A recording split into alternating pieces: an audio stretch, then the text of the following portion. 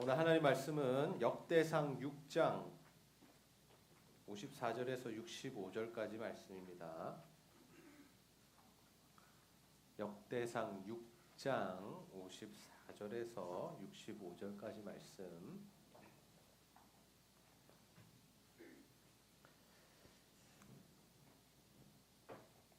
우리 한 절씩 교독하여 읽도록 하겠습니다.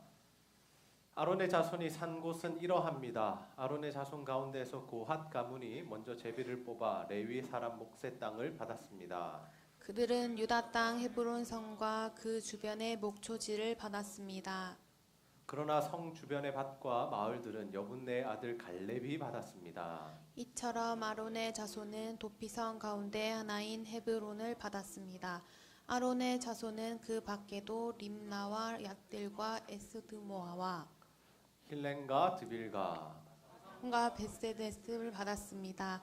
그들은 이 성들과 주 주변의 목초지를 받았습니다. 그들은 베냐민 지파로부터도 여러 성을 받았습니다. 그들은 게바와 알레멕과 아나돗과 그 목초지를 받았습니다. 이들 고핫 가문은 모두 13개의 성을 받았습니다. 고핫 가문의 나머지 사람들은 제비를 뽑아서 서쪽 10개의 성을 받았습니다. 게르손 가문은 이사갈 지파의 아셀 지파와 납달리 지파와 바산에 사는 므낫세 지파로부터 13개의 성을 받았습니다. 므라리 가문은 제비를 뽑아 르우벤 지파와 갓 지파와 스불론 지파로부터 12개의 성을 받았습니다. 이스라엘 백성이 레위 사람에게 이 모든 성과 목초지를 주었습니다. 유다 지파와 시몬 지파와 베냐민 지파가 갖고 있는 여러 성도 제비 뽑기를 통해 레위 사람들에게 나누어 주었습니다. 아멘. 오늘은 흩어진 예배자라는 제목으로 하나님의 말씀을 전하도록 하겠습니다.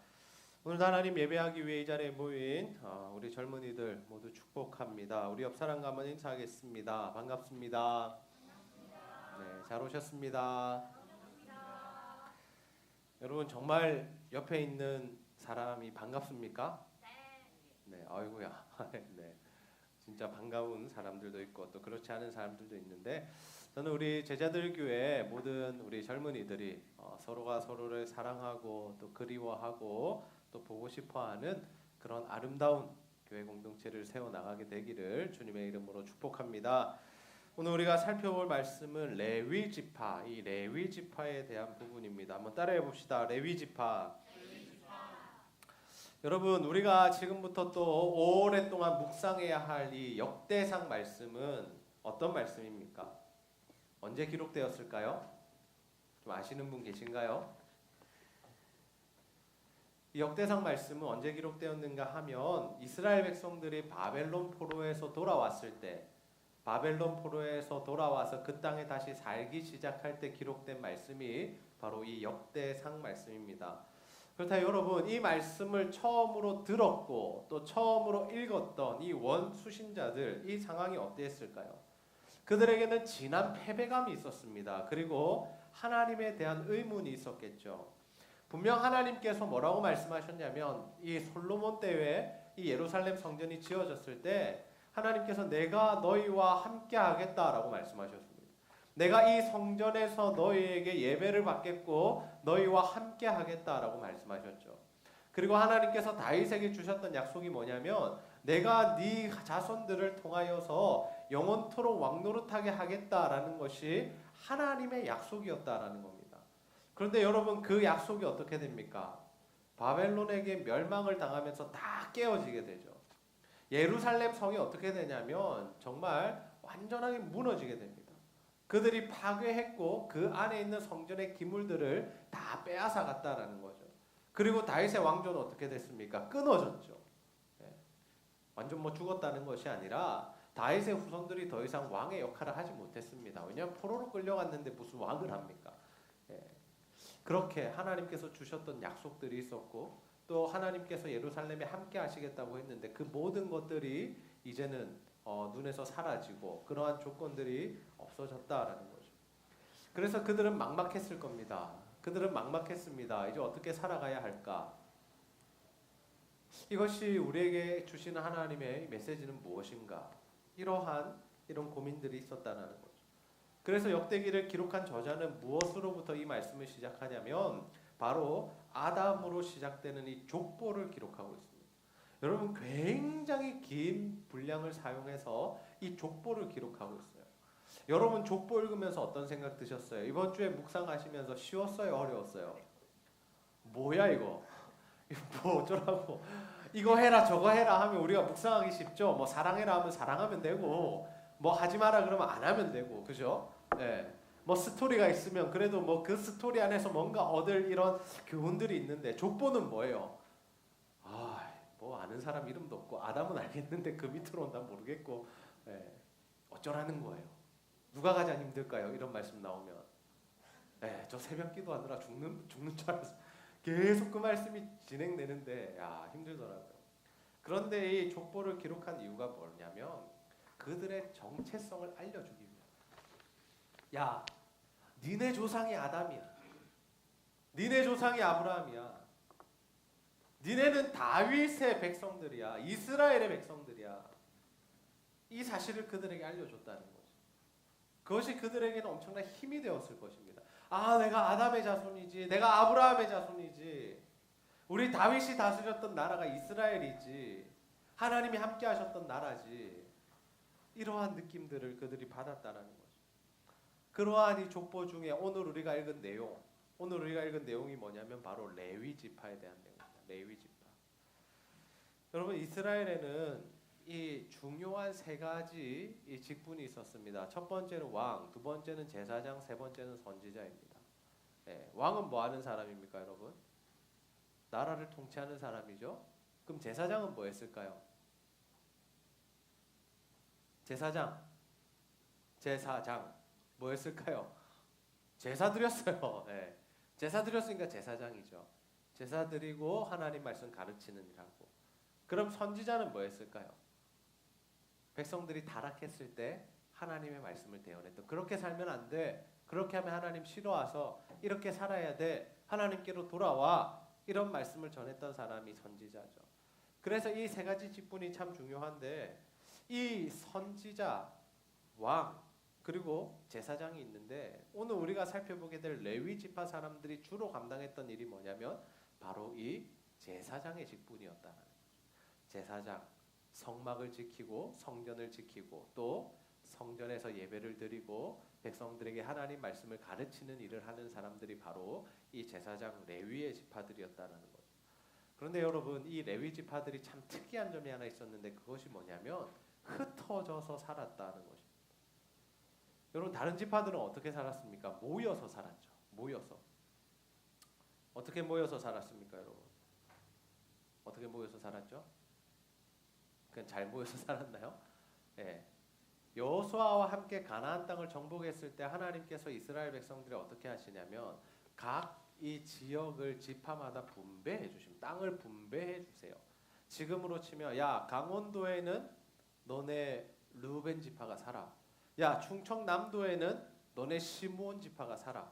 예, 이런 식으로 이 땅을 결정해주고 그곳에서 지파들이 살게 만들었다는 거죠.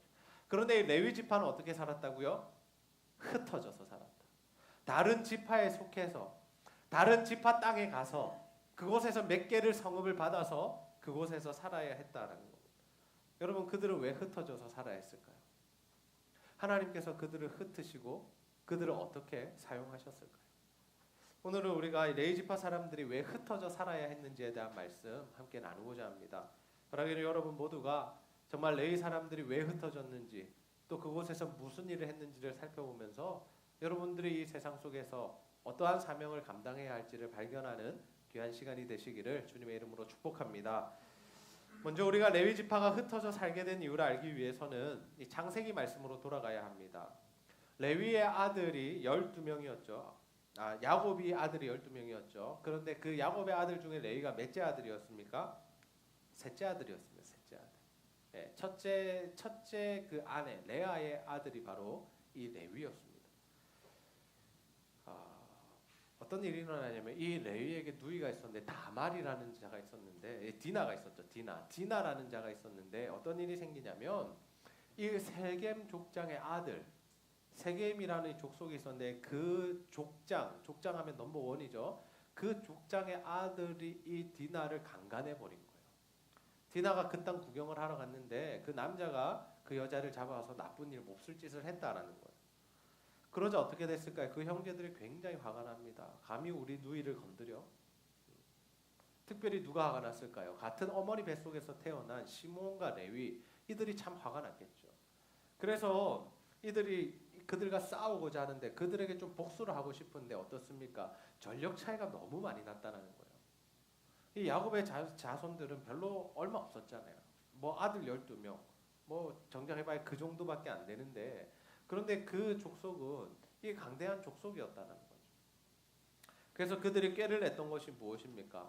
너희들 우리처럼 할례 받으면 우리 누이 줄게. 그리고 너희 족속과 우리 족속이 통혼하자. 이스라엘 백성들에게 있어서 할례는 굉장히 중요한데요. 할례를 했던 이유가 무엇이냐면 하나님께서 아브라함에게 할례를 명하시면서 언약 백성이 되는 이 조건이 바로 할례였기 때문입니다. 그래서 너희들도 할례하면, 우리처럼 너희들도 할례를 받으면 우리 서로 통혼하고 우리 같이 살 수 있다라고 했더니 이 세겜 족속들이 어떻게 하냐면 그 말대로 할례를 다 받습니다. 왜요? 그만큼 그 세겜 족장의 아들이 누굴 좋아했냐면 디나를 좋아한 거예요. 그리고 그에게 영향력이 있었는데, 그래서 야 너희들도 다 받아라. 그러니까 진짜로 그 백성들이 다 받아버린 거예요. 그러자 어떻게 합니까? 그들이 할례를 받고 괴로워할 때, 할례를 받으면 굉장히 아프거든요. 그때 뭐 마취약도 없고 뭐 진통제도 없었겠죠.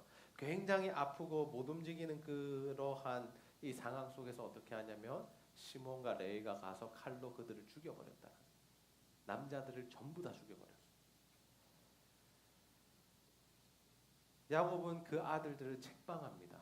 왜 책망했냐면 그 당시에는 이게 족속의 개념이었는데, 족장의 개념이었는데, 그 다른 족속들이 듣고 그 소식을 듣고 이 야곱의 가정을 치료했다면 언제든지 그들이 죽을 수 있었기 때문이죠. 그러나 그들이 그런 위험을 당하지는 않습니다. 그러니까 시간이 지나서 야곱이 자신의 아들들에게 마지막 유언을 남깁니다. 창세기 48장 뭐 이런 말씀에 보면 48장, 49장, 뭐 50장 이 부분에 보면 이제 그 말씀이 나오는데, 아들들에게 축복을 하면서 이 좋은 내용을 이야기하는가 하면 또 나쁜 내용을 이야기하는 아들들도 있어요. 그러니까 축복이 무조건적으로 복을 빌어주는 게 아니라 잘한 것은 잘했다고, 또 못한 것은 못했다라고 그렇게 이야기를 했다라는 거죠. 창세기 49장 5절에서 7절 말씀, 이 레위에 대한 말씀인데 우리 한번 읽어보겠습니다. 시작. 시므온과 레위는 형제다. 그들은 칼을 휘둘러 거친 일을 했다.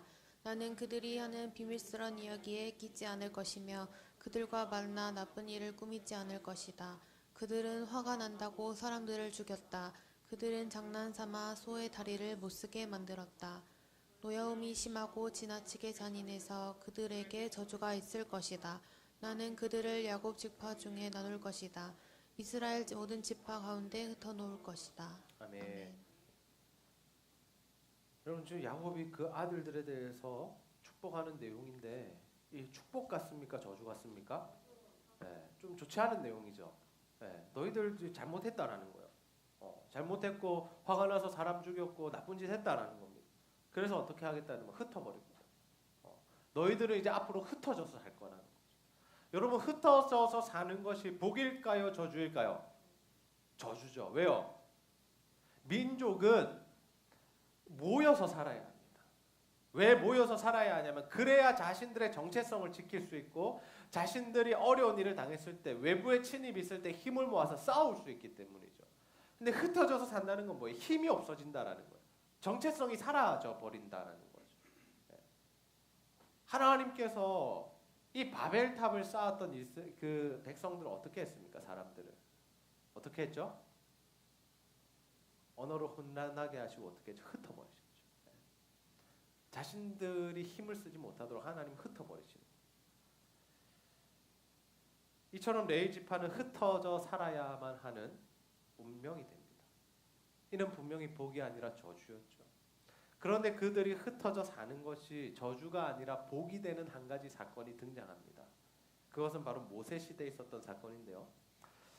모세가 하나님께 십계명을 받기 위해서 시내산으로 올라갑니다. 그리고 그가 하나님과 대면하고 있을 때 산 밑에서 엄청난 일이 벌어지죠. 그것이 무엇이냐면 바로 백성들이 금송아지를 만들어 놓고 그것을 섬기고 또 거기에다 절을 하고 그것을 보면 뭐라고 이야기했냐면 저가 하나님이다. 저가 우리를 애굽에서 인도해낸 신이다라고 이야기합니다. 하나님 너무 화가 나십니다. 하나님 너무 화가 나서 모세에게 뭐라고 말씀하시냐면 나 저들 다 죽여버리겠다라고 말씀합니다. 진멸시켜버리겠다. 그리고 내가 너를 통해서 새로운 민족을 세우겠다. 그러자 이제 모세가 이제 큰 일이 났죠. 모세가 어떻게 합니까? 하나님 용서해 주십시오 합니다. 하나님께 용서를 구합니다. 하나님 그러면 안 된다. 하나님께서 구원한 백성 아니냐고. 하나님 그들을 다 죽여버리시면 이방 사람들이 어떻게 하나님을 어떻게 생각하겠냐. 하나님을 악한 자로 생각하지 않겠냐고. 그렇게 모세가 하나님께 기도하죠. 그러자 하나님께서 그들을 용서해 주시는데 모세가 이제 산에서 내려와서 아론을 먼저 책망합니다. 아론이 그 일에 중심이 됐고 앞장섰기 때문이죠. 그리고 모세가 이런 일을 해요. 하나님 편에 설 자는 나오라라고 이야기합니다. 하나님 편에 설 자. 그때 누가 나오냐면 레위 지파가 모세에게 나옵니다. 레위 지파가 모세에게 나오고 그래서 모세가 레위 지파에게 뭘 시키냐면 우상 숭배한 자들을 죽여라고 그렇게 시키죠. 그래서 레위 지파 사람들은 칼을 차고 우상 섬긴 사람들을 죽입니다. 그러자 모세가 뭐라고 이야기합니까? 너희들이 헌신했다라고 이야기하죠. 그리고 복을 받게 될 것이다라고 이야기합니다. 우리 출애굽기 32장 28절에서 29절 함께 한번 읽어보겠습니다. 시작. 레위 집안의 백성은 모세에게 복종했습니다. 그날 이스라엘 백성 중에서 3,000명 가량이 죽었습니다. 모세가 말했습니다. 오늘 여러분은 여호와를 섬기기 위해 기꺼이 여러분의 자녀와 형제를 희생시켰으니 하나님께서 여러분에게 복을 주실 것이요. 아멘. 아멘. 여러분 물론 레위 지파도 뭐 했습니까? 우상 숭배 했을까요? 안 했을까요? 했죠. 다 했어요. 레위 지파도 나쁜 짓 했어요. 근데 뭐예요? 하나님 편에 서는 결단을 했다. 하나님 편에 서는 결단. 그래서 그들이 이러한 하나님의 복과 은혜를 누리게 되었다는 거죠.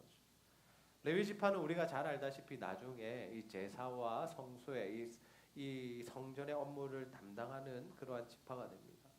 비록 그들은 흩어져서 살았지만 하나님께 저주를 받아 흩어지는 그러한 삶을 살았지만 하나님 편에 서는 결단으로 인해서 그들이 하나님의 복을 받는 그러한 지파가 되었다라는 거죠. 모든 족속에 흩어져서 살면서 그들이 하나님의 복의 통로가 되는 귀하고 놀라운 역사가 일어난 거예요. 여러분 우리가 이 레위 지파의 말씀을 살펴보면서 우리의 삶 가운데 적용할 수 있는 부분은 무엇일까요? 우리도 하나님 앞에 실수할 수 있고 우리도 하나님 앞에 죄를 지을 수 있지만 우리가 하나님 앞에 서는 결단과 헌신으로 복된 인생이 될 수 있다라는 것입니다. 여러분 지금 시대는 태어나면서부터 한 사람의 삶이 어느 정도 결정된다라고 합니다. 굳이 뭐 예전에 그 용어들 금수저, 은수저, 흙수저 이야기를 하지 않는다 할지라도 정말 부모에 따라서 부모가 어떻느냐에 따라서 부모의 재력이나 부모의 위치나 그리고 부모의 힘과 능력에 따라서 그 자녀들이 어떻게 살아갈지가 대부분 결정된다는 거예요. 여러분 예전에는 어땠습니까? 부모가 가난해도 또 부모가 초등학교밖에 못 나온 일자무식이어도 어떻습니까? 자녀가 공부 잘해서 성공하는 일들이 있었다라는 거죠. 그래서 그 자녀가 부모님을 먹여 살리고 부모님께 효도하는 일들이 참 많았다라는 겁니다. 그래서 옛날에 보면 막 이런 플랜카드들, 저 때만 해도 뭐 가끔씩 붙었던 것 같아요. 뭐 어디의 아들, 뭐 누가 뭐 어디 들어갔다, 뭐 어느 회사에 들어갔다, 뭐 뭐가 되었다, 뭐 아니면 좋은 대학에 들어갔다, 막 이런 이제 플랜카드들이 막 붙었다라는 거죠. 근데 지금 시대는 어떠냐면 인생을 역전하기가 참 힘든 시대가 되었습니다. 정말 우리의 힘으로 뭔가 좀 바꿔보려는 그런 시도를 많이 함에도 불구하고 우리가 어떤 한계를 뛰어넘지 못하는 일들이 참 많다는 거예요. 근데 영적인 부분도 마찬가지인 것 같아요. 우리 부모들이 예수를 믿으면 자녀들이 예수 믿는 비중이 높습니다. 어쩔 수 없이 높습니다. 왜요? 어려서부터 엄마 따라, 어려서부터 아빠 따라 교회 다니기 때문이죠. 그런데 부모님이 예수를 믿지 않으면 자녀 세대에서 예수 믿기가 참 힘든 것 같아요. 우리 친구들 중에도 부모님 교회 안 다니는 분들 계신데 우리 친구들 처음에 예수 믿고 신앙생활 하기가 참 힘들다라는 거죠. 왜냐면 엄마가 가지 마라 그럴 때도 있고, 막 딴 데 가자 그럴 때도 있고, 핍박할 때도 있고. 근데 더 심각한 건 뭐냐면 요즘에는 부모가 예수를 믿어도 자녀 세대들이 예수를 잘 믿지 않는다라는 거. 이처럼 우리는 태어나기 전부터 무언가 우리의 삶이 어느 정도 결정되어서 이렇게 살아가는 부분들이 많다라는 거죠.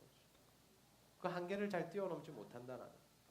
그렇다면 여러분, 우리가 이러한 시스템, 사회적이든 영적이든 이러한 시스템에 갇혀서 이미 결정된 인생을 살아가야만 하는 것일까요? 그렇지 않다라는 거죠. 우리는 하나님 안에서 이 모든 부분들을 역전시킬 수 있다는 거예요. 우리에게 힘과 능력이 있어서가 아니라 하나님께서 전지전능하시기 때문에 우리가 역전하는 인생을 살아갈 수 있다는 거죠. 여러분, 하나님께서 우리와 함께 하시면 모든 일이 가능하다는 사실을 믿으시기를 바랍니다. 하나님이 은혜를 베푸시면 가난한 것도 극복이 됩니다. 하나님이 복을 부어주시면 가난도 극복이 돼요. 또 하나님께서 은혜를 베풀어 주시면 우리가 믿음의 가정을 세워갈 수 있어요. 비록 우리 부모 세대가 예수를 믿지 않았다 할지라도 우리가 예수님 잘 믿고 하나님 앞에 헌신하고 결단하면 우리 자녀 세대들이 하나님 앞에서 잘 살아갈 수 있고, 또 우리 부모들을 우리의 힘으로 또 하나님의 능력으로 전도할 수도 있다라는 거죠. 그래서 우리에게 필요한 것이 뭐냐면 하나님 편에 서는 결단을 하는 겁니다. 우리가 날마다 하나님의 편을 서는 그 결단을 해야 한다. 우리가 할 수 있는 일은 그것밖에 없어요. 우리가 그 일을 하면 하나님께서 우리 인생을 책임져 주신다는 거죠. 그래서 사도 바울은 이런 말씀을 합니다. 우리 로마서 8장 28절 말씀 함께 한번 읽어보겠습니다. 시작. 우리는 하나님께서 모든 일을 하나님을 사랑하는 사람, 즉 하나님을 목적을 위해 부름을 입은 사람들의 선을 위하여 하신다는 것을 알고 있습니다. 아멘. 여러분, 사람들은 좋은 부모 만나지 못하면 그 인생 실패한다라고 이야기합니다. 또 누군가는 자신의 부모가 예수를 믿지 않았기 때문에 자신의 신앙생활이 힘들다라고 이야기해요. 나를 위해 기도해 주는 분이 없어서 참 힘들다라고 이야기를 합니다. 그러나 여러분, 우리가 하나님 안에 거하면 하나님께서 그 모든 것들이 합력하여 선을 이루시는, 그 안 좋았던 일들이 오히려 좋은 일로 변하는 역사가 일어난다라는 거죠. 그러니 여러분, 벌써부터 자신의 인생이 망했다고 생각하지 마시기 바랍니다. 자신의 가족들은 예수 믿을 수 없다고 단정짓지 마세요. 여러분, 이생망 없습니다. 여러분, 이생망이 뭡니까? 네, 이번 생은 망했다. 네, 제가 공부했습니다. 인터넷 찾아가지고 막 요즘 신조 그런 거 보니까 이생망이 있더라고요. 뭐지? 뭐 이과 다닌 사람 망했다 뜻인가? 뭐 이런 이생망, 이번 생은 망했다. 우리 젊은이들이 벌써 패배의식을 가지면 안 돼요. 아, 이번 생은 망했다. 나는 이렇게 살다 죽을 거야. 늘 힘들다 죽을 거야. 나는 별로 뭐 영향력 없는 사람으로 살다가 죽게 될 거야. 여러분, 이런 생각하지 마시라는 거죠. 하나님 은혜를 베푸시면 역전이 가능하다라는 거예요. 여러분, 하나님 편에 서기만 하면 돼요. 레위 지파처럼 하나님 편에 설 수 있는 기회가 있을 때 서시면 됩니다. 하나님께서 내 말씀대로 살 사람, 내 뜻대로 살 사람, 정말 하나님의 일에 헌신할 사람, 교회를 세워가는 일에 한번 힘써볼 사람 누구냐라고 부르실 때에 그 자리에 우리가 서면 된다는 거예요. 여러분, 저는 학창 시절에 공부를 잘하는 그런 학생은 아니었습니다. 네. 신학교에 갔더니 정말 똑똑한 친구들 너무 많더라고요. 그래서 진짜 고민했어요. 제가 고민하고 금식하며 하나님 앞에 기도했던 내용이 뭐냐면, 나 같은 사람 목사 돼도 되겠습니까? 라는 고민을 했었습니다. 진심으로. 그런데 그때 하나님께서 주셨던 이 말씀이 뭐냐면, 하나님께서 모세를 부르시는 장면에 그 말씀 저에게 주셨어요. 모세가 40년 동안 바로의 이 딸의 이 아들로서 살아가죠. 공주의 아들로서 삽니다. 애굽의 모든 학문과 무술과 좋은 것들을 다 배우고 자신의 힘과 능력과 권세를 가지고 있는 상황이었습니다. 근데 그때 어떻게 합니까? 자신의 민족을 괴롭히는 사람을 때렸는데 그 사람이 죽어요. 한 방에 죽습니다. 그 정도로 힘이 셌겠죠. 그런데 그 일이 벌어지자 바로가 모세를 죽이려 합니다. 그래서 모세는 도망을 가요. 근데 모세가 도망가고 나서 어떻게 합니까? 40년 동안 뭐 하면서 사냐면 양을 치면서 살아요. 광야, 미디안 광야에서. 여러분, 말이 쉬워서 40년 동안 광야에서 사는 거지 광야에 친구가 있습니까? 뭐 할 게 있습니까? 뭐 배울 게 있습니까? 40년 동안 그냥 양 치고 물 먹이고 풀 먹이고 또 자고 일어나면 또 그 일하고 또 그 일하고. 그래서 하나님께서 모세를 80세에 부르시는데 이때 모세의 상황이 어떠했냐면 굉장히 자존감이 낮아진 상태였어요. 그래서 모세가 하나님께 뭐라고 대답하냐면 나 못하겠다라고 합니다. 야, 네 가서 좀 내 이스라엘 백성들 좀 인도해 내라. 너 그 지도자가 좀 되라. 그러니까 모세가 뭐라 그러냐면 나 못해요. 하나님, 나 말도 못하고요. 나 그럴 만한 자격도 안 돼요. 나 안 할래요 라고 이야기해요. 이것은 여러분 겸손 떠는 게 아니었어요. 하고 싶은데 할 수 있는데 우리 겸손한 척 하는 거 있잖아. 아, 뭐 나는 그런 사람 아닌데요. 나 할 수 없는데요. 그게 아니었다는 거예요. 진짜 자존감이 낮아진 사람. 근데 하나님께서 그를 보내셨는데 하나님께서 그에게 힘과 능력을 주시자 어떻게 합니까? 40년 동안 정말 멋지게 이스라엘 백성들을 인도해내는 삶을 살았죠. 모세만한 지도자가 이스라엘에 없었다라고 합니다. 여러분, 우리의 인생도 마찬가지입니다. 지금 우리의 형편, 우리의 상황만 보고 우리의 인생을 결정짓지 말자라는 거예요.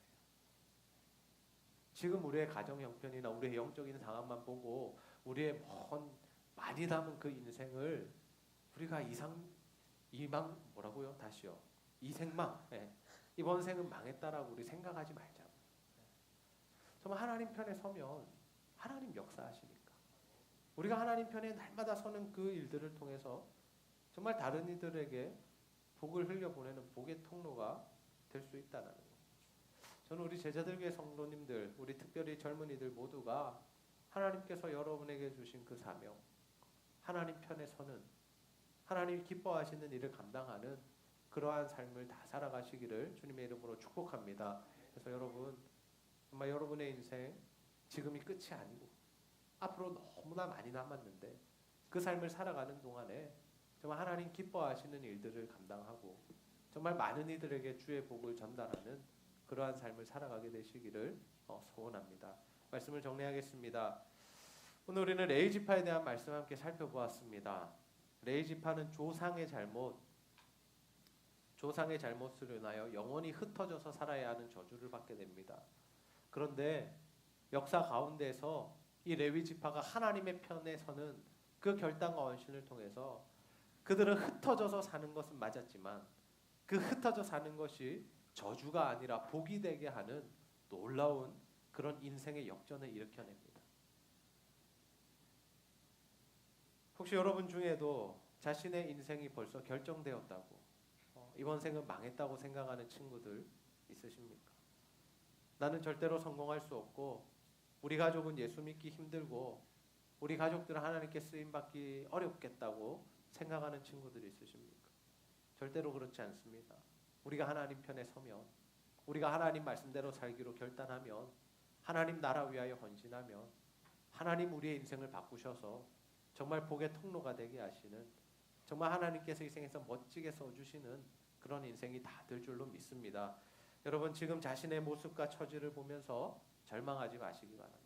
단정짓지 마시기 바랍니다. 여러분이 해야 할 것은 하나님을 붙들고 하나님의 은혜를 구하는 것입니다. 그래서 여러분 모두가 정말 이 땅을 살아가는 동안에 하나님의 인도함을 받고 또 다른 이들에게 복을 전해주는 정말 복의 통로가 되는 인생이 다 되시기를 주님의 이름으로 축복합니다. 우리 시간 말씀 붙들고 기도하기 전에 우리 찬송 한 곡 부르겠습니다. 파송의 노래 너의 가는 길에 함께 힘있게 찬양하고 말씀 붙들고 기도하겠습니다.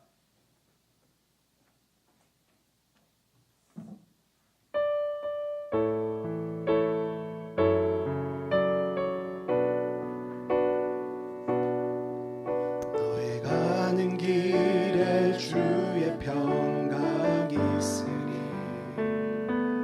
평강의 왕 함께 가시니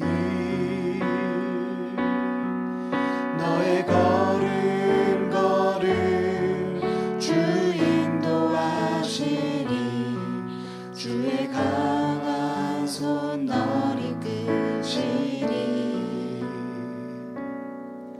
너의 가는 길에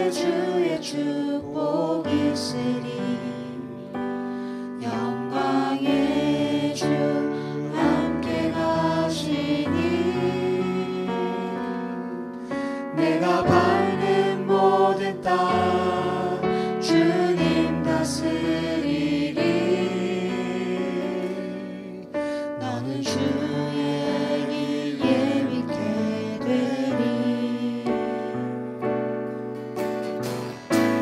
가슴에 손을 얹고 찬양합니다.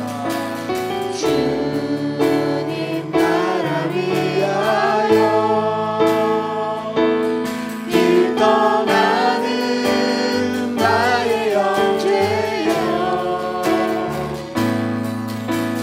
주께서 가라시니 너는 가라. 주의 이름으로 거칠은 광야 위에 꽃을 피어나고, 세상은 내 안에서 주님의 영광 보리라. 강하고 담대한 세상에 계신 주들 함께 너와 동행하시며 내게 새 힘을 주시리. 너의 가는 길에 주의 평강이 있으리. 평강에와 함께 가시리. 너의 걸음 주 인도하시리. 주의 강한 손 너를 붙이리. 너의 가는 길에 주의 축복 있으리. 영광의 주 함께 가시니 내가 받는 모든 땅 주님 다스리리. 너는 주의 길 예비케 되리.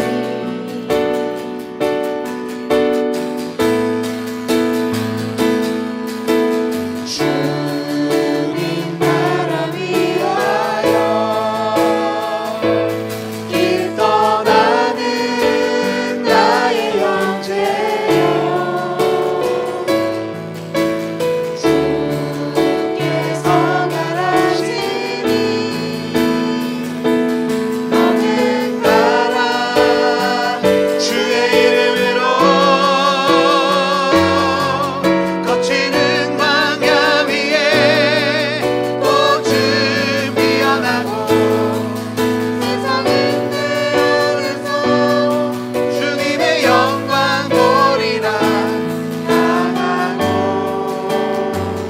담대하라. 세상에 계신 주들 함께 너와 동행하시며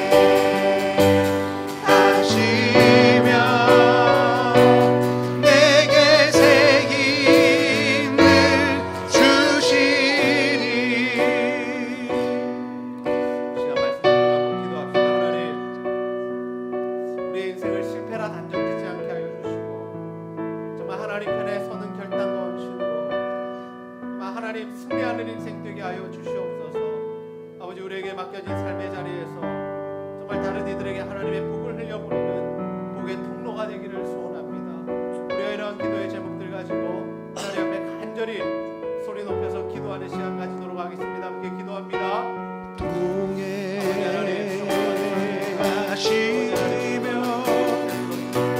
내게 새 힘을 주시리. 주님 나라 위하여 길 떠나는 나의 형제여,